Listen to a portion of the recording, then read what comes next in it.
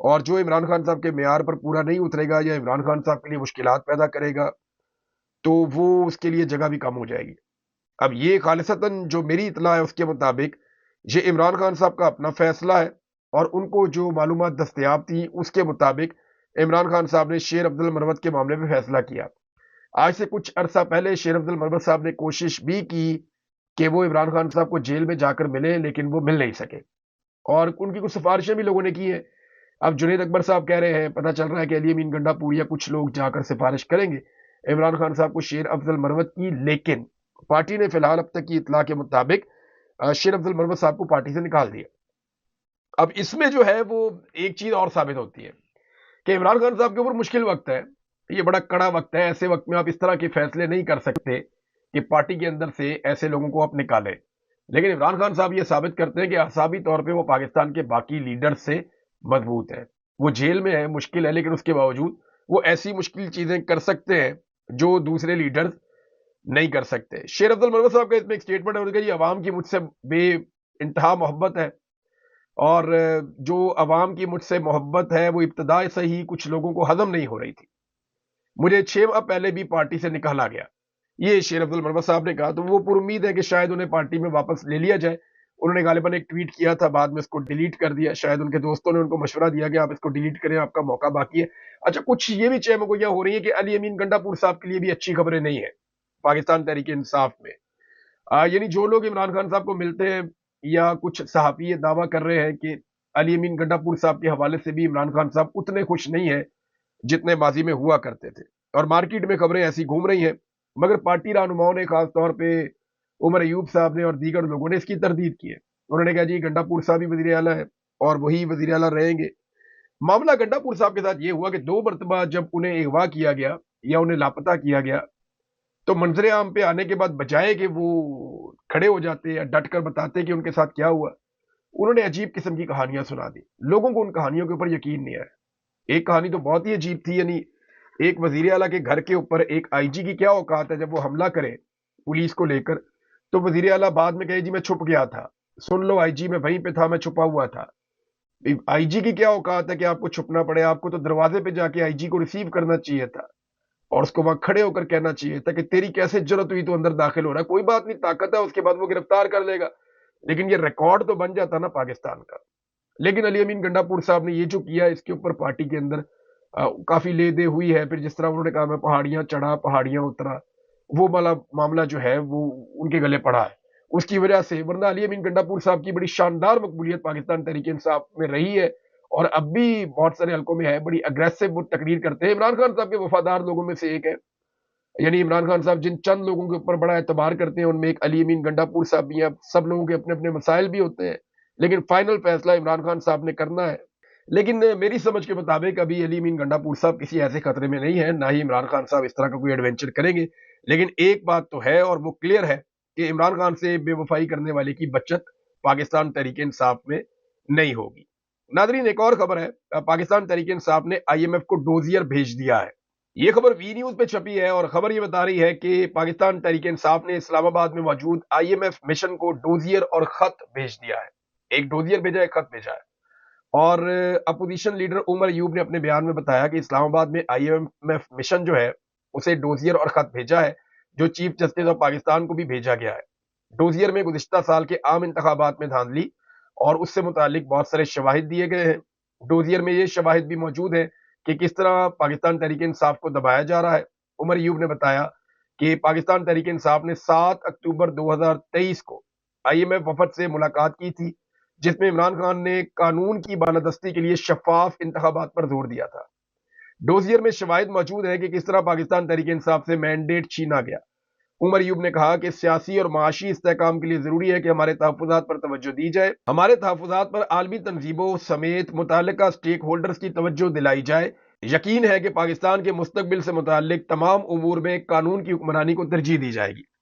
اچھا، ساتھ ہی انہوں نے ایک خط بھی لکھا عمر ایوب صاحب نے، اور انہوں نے یہ بتایا کہ میں یہ خط ایک اہم موڑ پہ لکھ رہا ہوں جب آئی ایم ایف کا مشن معاشی اور گورننس فریم ورک کا جائزہ لینے کے لیے پاکستان کا دورہ کر رہا ہے، جس میں شفافیت اور قانون کی حکمرانی کے بنیادی نکات ہیں۔ انہوں نے کہا جی اس کے ساتھ ایک ڈوزیئر بھی آپ کو بھیج رہا ہوں، اور یہ اس سے پہلے چیف جسٹس آف پاکستان کو بھی بھیج چکے ہیں۔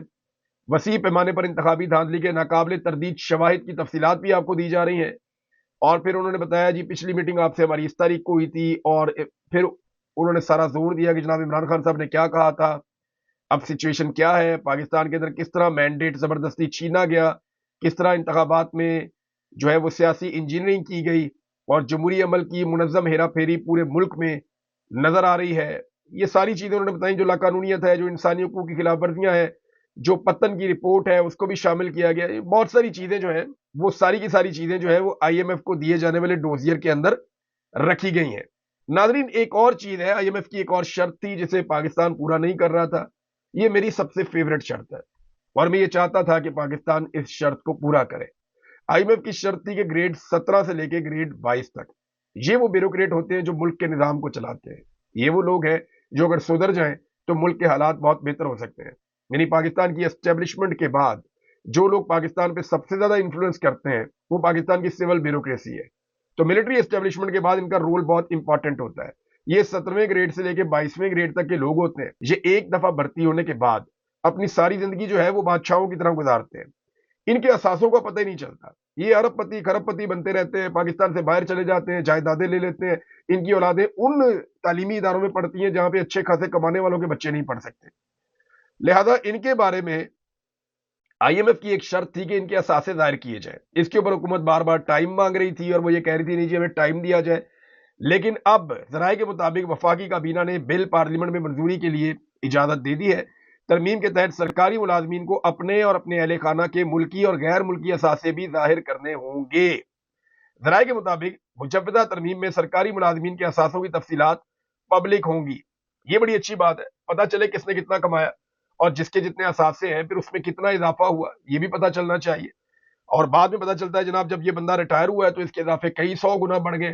ایک بندہ ساری زندگی کاروبار کرتا ہے اس کے اثاثے اتنے نہیں بڑھتے، اور ایک بندہ ساری زندگی نوکری کرتا ہے اور نوکری سے ریٹائر ہو کے پتہ چلتا ہے اس کے اثاثے زیادہ بڑھ گئے. بھی وہ کاروبار کرنے والا دن رات پیسہ ہی کما رہا تھا، اس کا پیسہ نہیں بڑھا، اور یہ نوکری کرنے والا دن رات نوکری کر رہا تھا اور اس کا پیسہ بے شمار بڑھ گیا ہے. تو یہ فرق ختم ہونا چاہیے. یہاں پہ لوگ نوکری کو بھی ایک کاروبار کی طرح کرتے ہیں، بلکہ بعض نوکریاں تو ایسی ہیں جن میں لوگ پیسہ دے کر بھرتی ہوتے ہیں، پھر پیسہ دے کر پوسٹنگ لیتے ہیں، اپنی پسند کی پوسٹنگ کر کے پھر وہاں سے پیسہ واپس کماتے ہیں اور کئی گنا کما کے پھر اس کو جو ہے وہ جمع کرتے ہیں. یعنی باقاعدہ انویسٹرز موجود ہیں مارکیٹ میں جو کسی آفیسر کو اس کی تعیناتی کے لیے پیسہ دیتے ہیں کہ یہ پیسہ میں دے رہا ہوں، مجھے منافع کے ساتھ واپس کر دینا یا میرے 2 کام کر دینا، آپ اپنی یہ والی پوسٹنگ کروا دیں.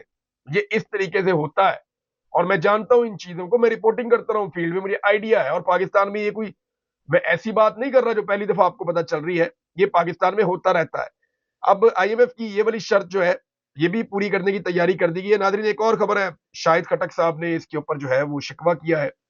عامر مغل صاحب نے بھی ایک ایسا ہی شکوہ کیا ہے. پاکستان تحریک انصاف کے بہت سارے اور نوجوان ہیں وہ بھی ایسا ہی شکوہ کر رہے ہیں. اب شاہد خٹک ٹویٹ میں کیا لکھتے ہیں کہ جنہوں نے 26ویں آئینی ترمیم اور 24 نومبر مارچ میں کمزوری دکھائی ان کو کب پارٹی سے نکالا جائے گا. مشکل وقت میں کارکنان کے حوصلہ بنے اور لیڈر کی کال پر لبیک کہہ کر اس کے اعتماد پر پورا اترے. ان کو تمغوں کی بجائے سائیڈ لائن کیا جا رہا ہے. یہ وہ اپنی پارٹی سے شکوہ کر رہے ہیں کہ جناب جن لوگوں نے زیادتیاں کی ہیں، جن لوگوں نے کام ہی کوئی نہیں کیا وہ پارٹی کے اندر موجود ہیں، اور جن لوگوں نے بڑا زور لگایا، یہ شاہد خٹک کا تو میں خود گواہ ہوں، جتنا زور 26ویں آئینی ترمیم کے خلاف اپنے ایم این ایز اور سینیٹر سنبھالنے کے لیے شاہد خٹک نے لگایا تھا نا، اتنا زور کسی نے نہیں لگایا. میں آپ کو گارنٹی دے کر یہ بات کر رہا ہوں، اور یہ میں نہیں، آپ کو بہت سارے صحافی یہ گارنٹی دیں گے، بلکہ پاکستان تحریک انصاف کے اندر سے لوگ آپ کو یہ گارنٹی دیں گے. ان لوگوں نے تو اپنے گھروں میں لوگوں کو ٹھہرایا، اپنے دوستوں کے گھروں میں لوگوں کو ٹھہرایا، اپنی جیب سے پیسہ خرچ کر کے انہوں نے لوگوں کو سنبھالنے کی کوشش کی. اور اگر ان کی طرح باقی لوگ زور لگاتے تو کبھی بھی 26ویں آئینی ترمیم پاس نہ ہوتی. اب یہ لوگ شکوہ کر رہے ہیں جناب ہمیں سائیڈ لائن کیا جا رہا ہے. اور کل عمران خان صاحب کے ساتھ ملاقات میں، آج کے دن ملاقات ہے، وہ کہتے ہیں جی اس میں سے میرا نام بھی نکال دیا گیا ہے. ایسا ہی شکوہ جو ہے وہ عامر مغل صاحب نے بھی کیا. تو یہ ایشوز تو ناظرین چل رہے ہیں. اب ناظرین ایک اور خبر ہے میں آپ کے ساتھ رکھتا ہوں، گروی رکھنا کسے کہتے ہیں. یعنی یہ بڑی باتیں کی جاتی ہیں نا کہ پاکستان کو گروی رکھ دیا گیا، پاکستان کو گروی رکھ دیا گیا. تو آج میں آپ کو اصل حقیقت بتاتا ہوں کہ گروی رکھنا کہتے کسے ہیں اور گروی رکھا کیسے جاتا ہے. عمران خان صاحب کے دور میں آئی ایم ایف کے مطالبے پر اسٹیٹ بینک کی خود مختاری کا بل جو ہے وہ ایک پیش کیا گیا تھا.